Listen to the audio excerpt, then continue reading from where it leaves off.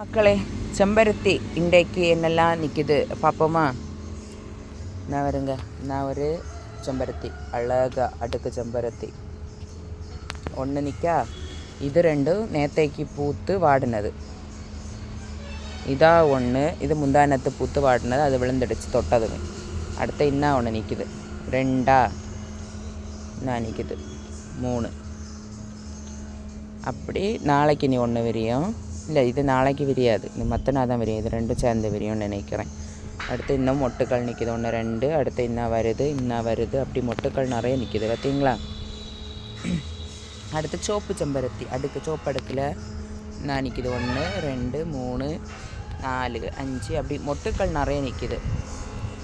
அடுத்து இன்றைக்கி பூத்துருக்க இந்த ஒத்த அடுக்கு செம்பருத்தி பாருங்கள், 1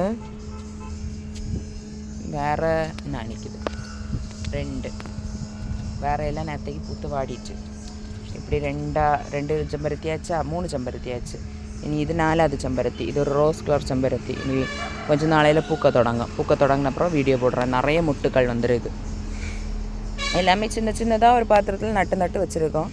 அழகழகாக பூக்குறாங்க. ஆனால் கொஞ்சம் நாளையில் எப்படியோ வாடிடுறாங்க, அது வேற ஒரு விஷயம். அப்படியே சூப்பராக விற்குதா? இந்த வீடியோ பிடிச்சிருந்தா லைக் பண்ணுங்கள், ஷேர் பண்ணுங்கள், சப்ஸ்கிரைப் பண்ணுங்கள். வணக்கம்.